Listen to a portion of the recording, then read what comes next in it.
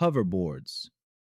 In 2015, every YouTuber, every celebrity, and every kid who could convince their parents had one.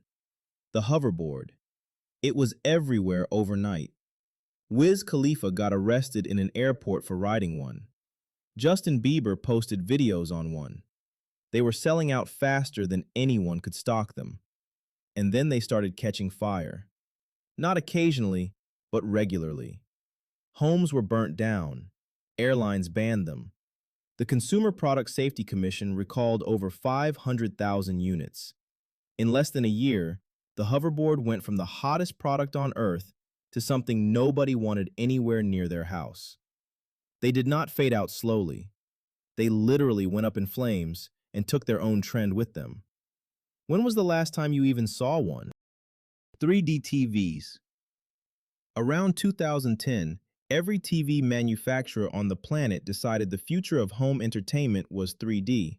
Samsung, LG, Sony, all of them.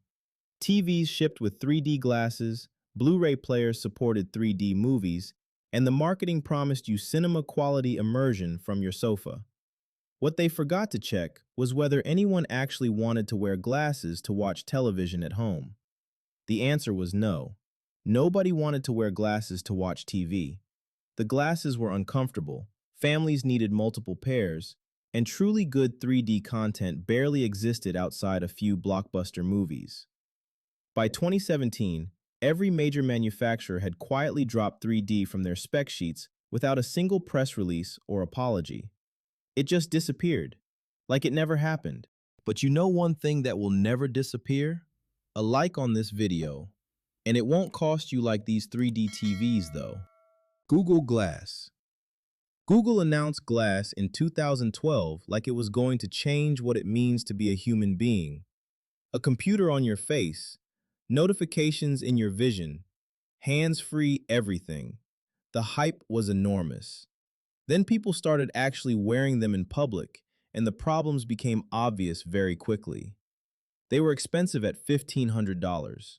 The battery lasted about a day, and everyone around the person wearing them immediately assumed they were being recorded. People started calling glass wearers glassholes, which is not a great sign for a product trying to go mainstream. Restaurants banned them. Google quietly killed the consumer version in 2015. They still exist in industrial settings where nobody has to worry about looking cool. The dream of face computers died in a coffee shop somewhere around 2014. What a failure. If any of these are hitting your memory right now, share this video. Someone you know definitely had a hoverboard. We both know it. Keep watching. Samsung Galaxy Note 7.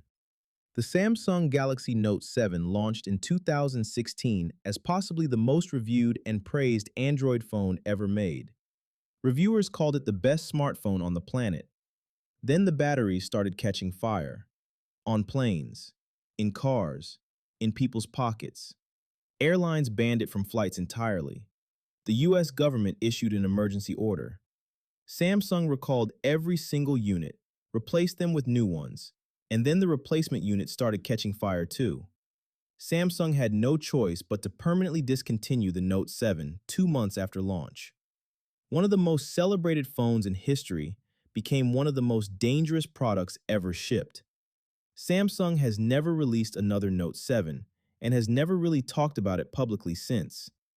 Some things are better left in the past. Amazon Fire Phone. In 2014, Amazon decided it wanted to make a smartphone. The Amazon Fire Phone launched with a feature called Dynamic Perspective, where 4 infrared cameras tracked your face to create a 3D effect on the screen. It looked impressive on stage. In real life, it was a battery-draining parlor trick that solved absolutely no problem anyone had. The phone also had no Google apps because Amazon and Google were feuding at the time, which meant no YouTube, no Google Maps, nothing. It was essentially a portable Amazon shopping machine disguised as a phone. Nobody bought it.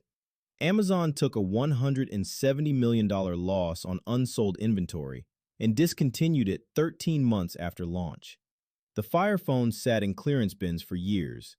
Amazon has never attempted a smartphone since. Subscribe to Stickman Tech if this is the kind of content you want every week. Tech history is full of stories like these, and there are plenty more where this came from. Microsoft Zune. Microsoft launched the Zune in 2006 as its answer to the iPod. And honestly, the Zune was not bad. It had a bigger screen than early iPods, wireless syncing, and a music subscription service years before Spotify existed. The problem was that it launched 5 years after the iPod had already become a cultural icon. Trying to pull people away from their iTunes libraries and their iPods at that point was nearly impossible. Microsoft kept it alive until 2011, hoping something would change. Nothing changed. The Zune was a decent product that arrived too late to a party that was already over. Google Stadia. Google launched Stadia in 2019 with a promise that would have changed gaming forever. No console needed, no expensive hardware, just stream any game directly through the internet on any screen. The idea was genuinely revolutionary. The execution was not. The game library was small, the latency made fast games frustrating to play, and the business model confused everyone. Google also shut down studios they had opened specifically for Stadia just 2 years in, which was not a great sign of confidence from the inside. Stadia officially shut down in January 2023. Google refunded everyone's purchases, which was the right thing to do and also a very clear sign of how badly it had gone. Clubhouse. Most people don't even know this existed. Clubhouse launched during the pandemic in 2020 as an audio-only social app. No posts, no photos, just live conversations in rooms you could join and listen to. During lockdown, when everyone was stuck at home and desperate for human connection, it exploded. It was invite-only, which made it feel exclusive. Elon Musk showed up. Mark Zuckerberg showed up. Everyone wanted in. Then the world reopened. People went outside again. And Clubhouse, which had been valued at $4 billion at its peak, watched its users disappear almost as fast as they had arrived. Twitter launched Spaces. Instagram launched Live Rooms. Every platform copied the format immediately, and Clubhouse had nothing left that was unique. It went from the most talked about app in the world to something most people forgot existed within about 18 months. And those are the tech products that vanished like they never existed, explained simply and honestly. If there is one you remember that did not make this list, drop it in the comments because there is definitely a part 2 coming. Subscribe to the channel, and YouTube already has the next video ready for you. It is right there on your screen. See you there.